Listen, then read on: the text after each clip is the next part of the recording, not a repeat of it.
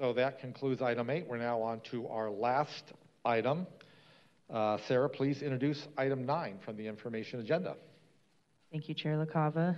Informational item number 9 is the informational presentation on the Choice Blue-Green Vision. If you're watching on City TV or the live stream online and you'd like to dial into the meeting to speak, please call 1-669-254-5252, inputting webinar ID 160-670-8143#. To raise your hand to speak, select the raise your hand button or press star 9 if you are on a landline or a cell phone. All right. Thank you, Sarah. Well, my staff graciously allowed me to do the introduction instead of himself.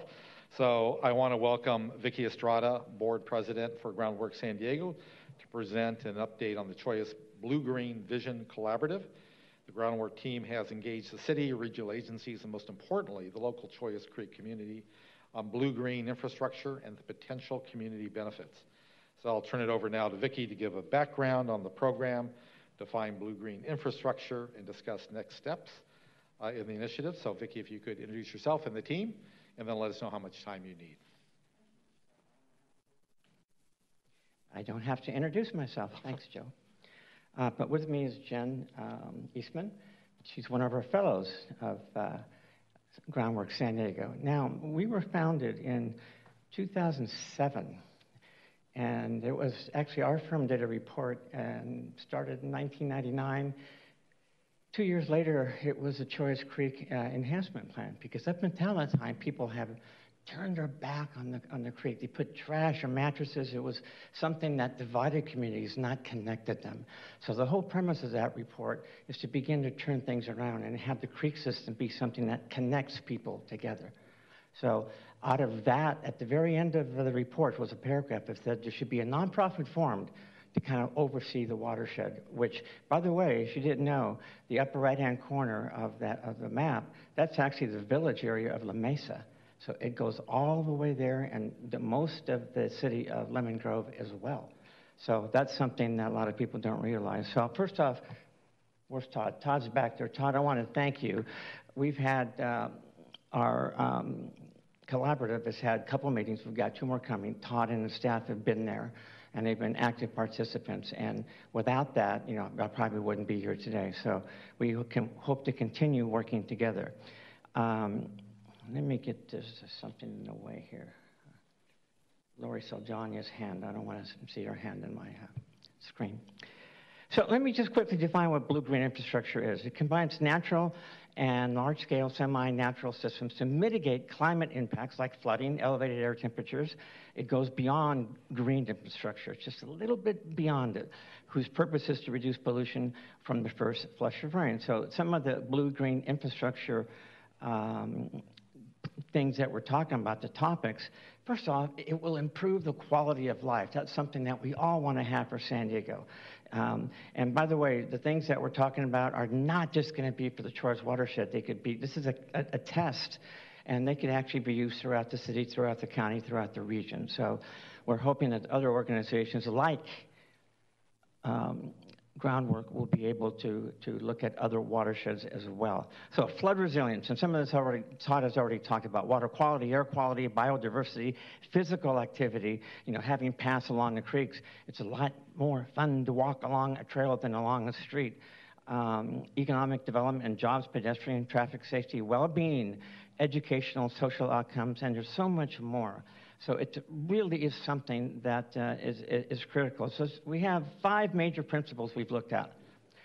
Center the community, prioritize community benefits, ensure long-term maintenance, invest in collaborative partnerships, and proactively develop green jobs.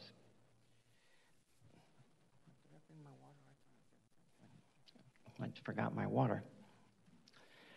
So I'm not going to read all the, don't worry, don't panic, I'm not going to read every one of the little white words, but just to remind you the better quality of life aspects that we're talking about. Flood resilience, safe, clean water, smaller scale, thank you, smaller scale flood reduction, heat reduction, and recreation and green space access. So those are the primary ones. Secondary benefits: beautification, community pride, diverse and healthy habitats. I can tell you that since Groundwork has, since 2007, the community has come together. There's a pride about the creek that wasn't there before. And I think that's very, very important. Also, from a habitat standpoint, wildlife, we're really working hard to try to restore that. And frankly, where we can, if you're wildlife, you'd rather have a natural channel than a concrete channel, obviously. You don't have to worry about the joints that Joe was talking about earlier with weeds coming out of them. So it benefits many areas: green infrastructure, racial equity, climate, not just racial equity, equity period, climate action, transportation for all, water and stormwater, and parks and recreation. And what we've done at our first 2 meetings, we've broken up into groups. We began to discuss all the different typologies and what are the things that we can do to prioritize. So what I'm going to do very quickly after I take a quick swig of water, I have allergies, and if you take an allergy pill, it tends to dry you sometimes, so my throat gets dry.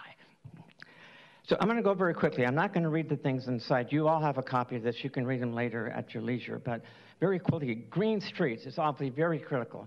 I was chair of the Urban Forestry Board before Ann Faggy. She called in earlier for 7 years. And one of the simplest, easiest things you can do to help green infrastructure is plant more trees. Plant more trees. I mean, it's not just, the canopy, the roots. It tends to, what they do, the trees make it easier for the ground, the earth, to absorb the water, and we don't have as much runoff. And I'm convinced some of these things we're talking about, the flood that happened on January 22nd, it wouldn't have, been eliminated, but it would have been much less than it was. That section that Todd showed that showed the 500-year floodplain, maybe the flood line, maybe we could have been, a bit lower than that. Cloudburst roads, stormwater median. There's some projects, for example, Streamview. There's a street up in our watershed as well that's got a lot of concrete. Perhaps, rather than, right now it's like 40 feet of just asphalt. Perhaps we could have turned that into a stormwater median or a linear park as well. So there's a lot of possibilities. Green highways. We have been meeting with Caltrans, working with them. They're a bit behind in some of the green infrastructure, but they're getting there. Alleys, retention alleys. There's green alleys. And we have so many alleys in the older parts of San Diego that we could do so many things with, rather than just have your blue, green, and gray trash cans out in the back. They could be something that you could really, really be proud of. A lot of our parks, for example, may be Southcrest. We can make them floodable. If the area by the Southcrest Rec Center, east of that, there's the ball fields. If we could lower them, on the East Coast, they do this all the time. Floods, parks flood, and it's okay. In a couple of days, they go down, and so the parks themselves act as detention basins. And the more of those we have, again, the less runoff we have. If we have the 4 inches of rain in a couple hours, it gives it a chance to soak in. The same with wet plazas. One of the things we're working on, and I'm working on some for groundwork right now, and also UCSD, Teddy Cruz, we're looking at some green schoolyards. They were very interested, the school district, in actually trying to work on the schoolyards, because you have so much asphalt, right? Remember the playgrounds I play on, the 2 square, 4 square, all that, it's all asphalt. We could do things a lot differently. And yeah, I know that permeable pavement is more expensive. You got to vacuum it once a year. But, if it can help minimize flooding and help with climate change and all the things I just mentioned, then maybe we can spend a little bit more money on permeable paving. Having a stormwater park, a learning center. We also we have the Earth Lab, if you've heard about it, over there by Euclid and 94. And that's actually a learning center. We're working it's right next to the Millennium Middle School. It's great to have the kids go out there, get their hands dirty, and begin to learn what it is that we're trying to do. Trailheads, oh my goodness, there's so many possibilities along all the canyons. One of the things that makes us special, I don't want to badmouth LA, maybe the Dodgers, but sorry, it was a tough night last night watching that. It's flat as can be, the LA basin, and I could blindfold you at the southern end of the basin, and an hour later unblindfold you, it'd look the same. All right. In San Diego, we have our canyons that very few places have. And we need to take advantage of them. They can be our sponges that really begin to absorb water. So in addition to working with that, we have opportunities to provide access at the end of many cul-de-sacs. You know, in retrospect, if we would have designed the subdivisions not to have houses at the end, but if they're adjacent to an open space, open up the cul-de-sac, we could have had a much better trail system and throughout, frankly, the entire city. Obviously, stream restoration. We're, you know, along with Todd's staff as well. You know, the arundo that dominates, that people think it's a bamboo. I actually saw somebody that purposely planted arundo in their front yard thinking it was going to be pretty to look at. Didn't work out so well. Stream bed bioengineering. So, closing slide. Working with the city stormwater department, we hope to always consider natural blue-green infrastructure solutions first, prioritizing them over the typical engineered solutions of the past. You know, not that those things don't work, but if we have an opportunity to fix the things that Todd was talking about, but also make them green, and he had a dozen, I think, green infrastructure projects. If we can increase those, minimize some of the concrete. We're working on a federal project where the old firing range was for the police.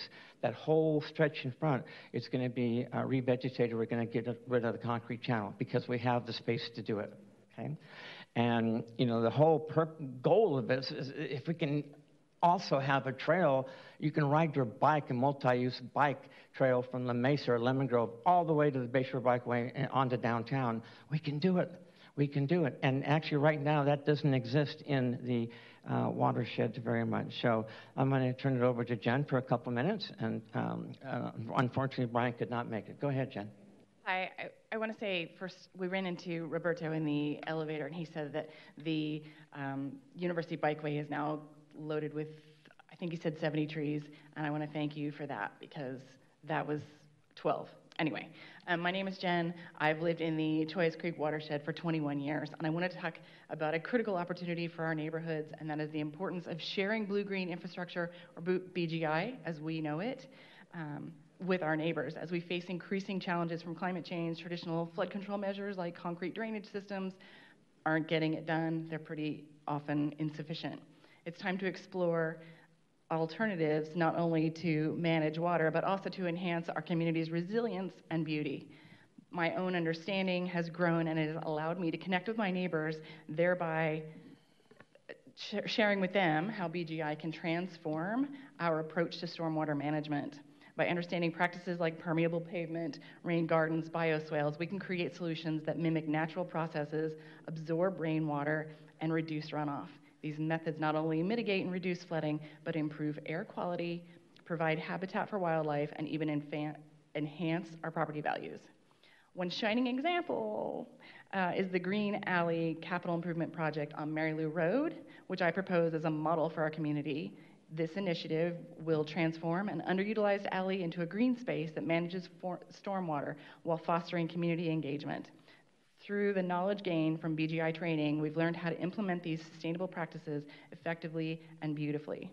This project represents a successful outcome for our commitment to education and community involvement.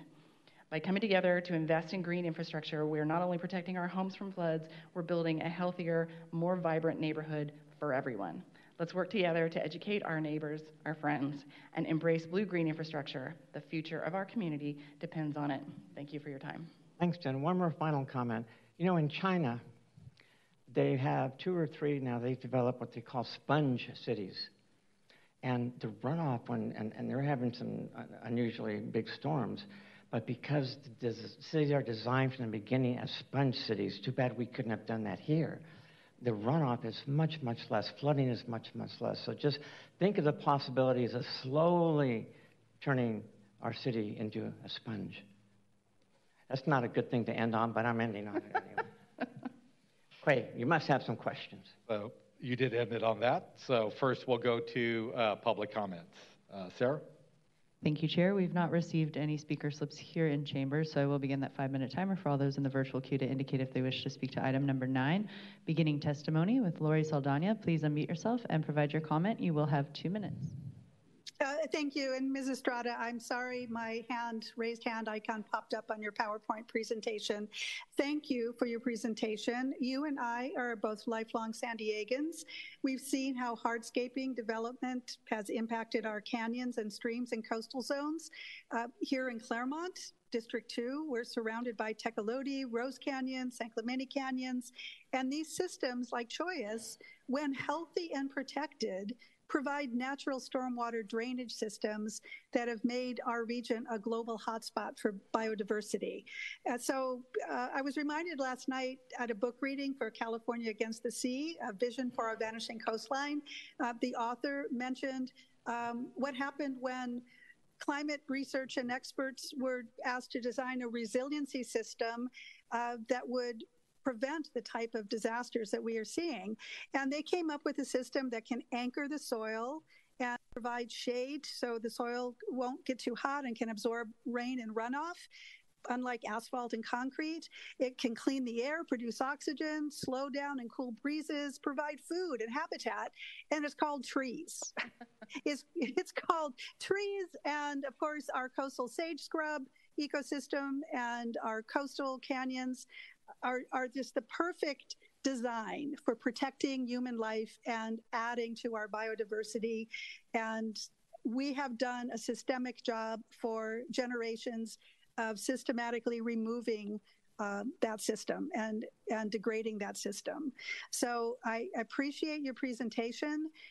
As someone who has studied this, has worked legislatively, and is a volunteer to protect it, I appreciate your ongoing work and commitment to educate people like the committee members today. So thank you very much for your presentation. Thank you for your testimony. And Chair, seeing no other hands in the virtual queue, this concludes public comment on item 9. All right, thank you, Sarah. So I'll turn it over to the committee members. This is an information item, but any questions and comments? And we'll go to Council President Hilo Rivera. Thank you, Chair. Vicki and Jen, great to see you both. Thank you so much. What you all do, I think it's there's the tangible stuff that you all deliver, but I think the more important possibly is the vision that you all provide. You really are a visionary organization, and I think you allow a whole bunch of folks to see possibilities that they're not seeing on a day-to-day basis, which is a really beautiful thing. And in the context of this blue-green conversation, or excuse me, the blue-green conversation in contrast to gray infrastructure as being kind of the default, I think that's really important. It's especially important in the Choyas Creek watershed, where those communities are have been so underinvested in, and what was put there so often was the cheapest, least inspiring, and least healthy option. And so the ask of us looking to blue-green as the option first, I think, is a really important one, and one that I'm very, very supportive of. It's quite frankly the way that we should do things. It is more effective in the long run. The derivative benefits of it, beyond just flood prevention and cleaner water, are significant. We're talking about increased overall health, including mental health. We're talking about improved safety. There's a lot a lot of additional benefits that come from the sort of investments and blue-green infrastructure that you all are advocating for. If I can ask you both, just kind of which project is the most exciting to you and that you would most love to see come to life here in San Diego, and why? Ooh, that's a tough question, because I have so many projects to think of. I presume you mean within our Choyas Creek watershed. Or I think it's the notion, the transition that I'm starting to see, not just in the city, but throughout the region, that, you know what, maybe we can get rid of concrete channels, and we can revegetate those concrete channels, provide, if we have the room to do it, like in front of the old police firing range. And just starting to see those trails take shape. You know, that's the first project we have coming online. It'll be starting construction very soon. And I think we're going to have a lot more opportunities like that. And the overarching thing Council President, is the possibility of really connecting the, the watershed together. And as you know, the city planning department is working on a Troyes Creek watershed master plan, which was one of our ideas as groundwork, and thankfully Heidi and her staff, have taken that on. And within that master plan, which includes the watershed, it's hard to separate those. The trails are going to be coming in, the concrete tunnels are going to be taken out, and little by little, when I see schools, you know what? Let's not put in paving, let's make it permeable. Let's put DG instead. There's so many different possibilities, but in terms of what excites me the most, what I really can't wait to see right now is that first project of the Federal Boulevard revegetation. And there's the next one online is going to be by the Jackie Robinson Y, where it makes that turn between the YMCA and the Greenwood Cemetery. We're going to restore that to the way it should be. It's full of window and a bunch of junk, so that's our next project to actually begin to restore that. And then on the South Crest, we're working with the city on South Crest as well on some possibilities to make that happen. It's hard for me to pick one project, but if there was, it'd be the federal. So you got to answer. Now, well, also, I didn't mention the Earth Lab because I wanted you to talk about that a little bit. Okay. Thank you for recognizing the work that we do. I appreciate that. I have a top two. Earth Lab would be like 2A, I think. The Streamview fix, she was calling it a 40-foot concrete slab, which essentially is what it is, and the city came in and put those roundabouts in, and they're dangerous and they're low and there's nothing green there. I would love to see something happen there.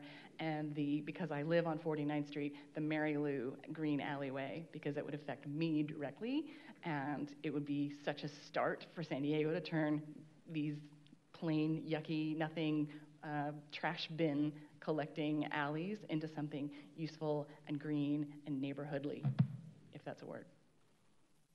And Earth Lab is at the Millennial Tech. We meet every Saturday at 9 a.m. Not every Saturday, the first Saturday of every month at 9 a.m. And we teach K-12, I think, students about the watershed, about planting, about trees, about heat indexes. It's really an important piece of educating students on how things could go a little bit bluer, a little bit greener, a little bit better. We could go on and on, but I don't think we should. I know. That's why I love spending time with you all. And I think it's just really, again, important, the work that you're doing. Words like transformational and reimagining, they can seem very conceptual and theoretical, but you all are turning those words into practice, right? And I, again, really, really appreciate the work that you all are doing, and that being done in conjunction with neighborhoods, right? Empowering neighborhoods to be able to advocate for themselves. Just really, really important work. So thank you, Chair, for having. That's how she got involved. Mm-hmm. Right. And thank you both for the work that you're doing. Thank you. Thank you. Thanks, Sean. Vice Chair Baumholter. Thank you very much for the presentation and for being here today in the work you're doing. I'm happy to see that the City of San Diego is being a good partner with your work. And one question I have is about cost of these projects. So we're seeing an escalation in all of the stormwater projects we try to do as a city. So, and I see Todd is still here. I'm wondering if these green blue infrastructure projects could be at a lower cost, or is it still the same amount of design, construction?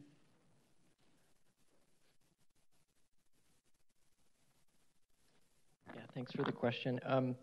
It depends on the project, of course, but what I would say is where the cost is more significant for green-blue infrastructure tends to be on the maintenance side, because these are more maintenance intensive on the back end, right? They feature vegetation, they feature soil filtration media, things like that that need to be updated more frequently. But that does not mean that we do not look at these, and I don't think we've ever ruled out a green infrastructure project just because of the back-end maintenance cost. Usually when that happens, it's looking at the ability to meet the 100-year flood protection. Sometimes green infrastructure can achieve that, sometimes it can't. But cost is very project specific. Okay. And are we integrating these into the projects, the 8 projects that you said are going to break ground by fiscal year 25? Yeah, in fact, a couple of the projects that we have in the construction phase and in the bidding phase are green infrastructure. There's one in South Crest, there's one in Logan Heights. And then there's elements of that Hamishaw project. We're actually partnering with Groundwork Choice on applying for federal grant funds to do biofiltration basins so we can divert the runoff from the creek, treat it, and then send it back to the creek cleaner than it was before. So we try to incorporate green infrastructure into all of our projects if we can, where we can. Fantastic, thank you. And there are grants out there that the Jackie Robinson Y project, we got $5 million from the Wildlife Conservation Board at the state level. And if it would have been to put a concrete channel in, we wouldn't have got the money. See, so I think there's a change in priorities at the state level and the federal level to begin to prioritize green infrastructure projects over the standard, which is a good thing. We can coexist and still, solve the problems from stormwater. All right, fantastic. Thank you. I appreciate this very much, and thank you for the photos too. It helps not just to hear about a flooding park. That would be very confusing to folks, but seeing the picture makes total sense. So I appreciate your great presentation. Thank you. Thank you. Thank you to my colleagues for their questions. Thank you both. Thank you, Vicki. Thank you, Jen, for your work. I'll disclose that I've known Vicki for a very long time, and I did a few projects together back in the day. And Vicki, it was you that introduced me to Groundwork. So I want to make sure we do a shout out for Leslie Reynolds, the executive director for Groundwork. And I'll kind of build on your presentation.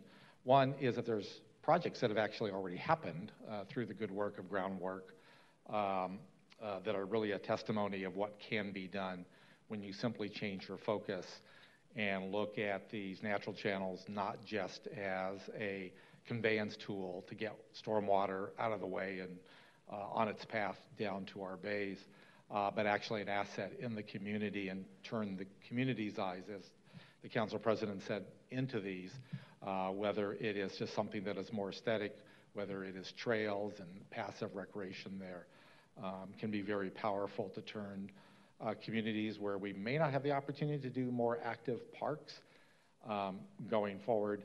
But I also want to emphasize the presentation as well is that you're also changing the focus to more holistic, that it's not just about the channels, right, but it's about what everybody contributes to the stormwater runoff and to the degree that we can change how we build in the surrounding areas can reduce the amount of stormwater runoff, which means the channels have less pressure to convey all that water.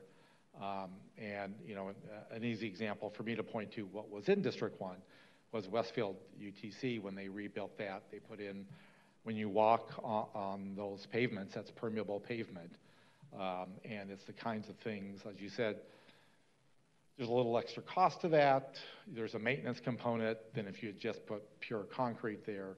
But it really is part of that holistic solution, as you mentioned, that we really need to think differently. And part of it, we're being forced to think differently. A lot of the Regional Water Quality Control Board requirements that are imposed on us that says you have to think differently about capturing that urban runoff and trying to capture the contaminants in that before they get into the natural channels or get into our bays, forces us. And so the question is, do we go to people like me and put the hard engineering solutions about how to do that, put a filter inside a concrete catch basin, or do we do something that is more green so that it is more of an improvement to a neighborhood rather than continuing to hide it and bury it, so to speak. So there's a lot of good work ahead. And given how much work we have to do, especially in the Troyes Creek watershed, that was built with a much different attitude back in the day, to have that lens that we're looking through that. So thank you for that good work that you do. And as I'm reminded from previous public comments, it's not your job, but it's an opportunity that you're seizing upon. And as people often hear me say, it is the secret sauce of what makes a great city, is when organizations and individuals step up and said, the city doesn't always have to lead. We can lead. We can make it more community-centered in getting solutions that actually work on a neighborhood or community basis.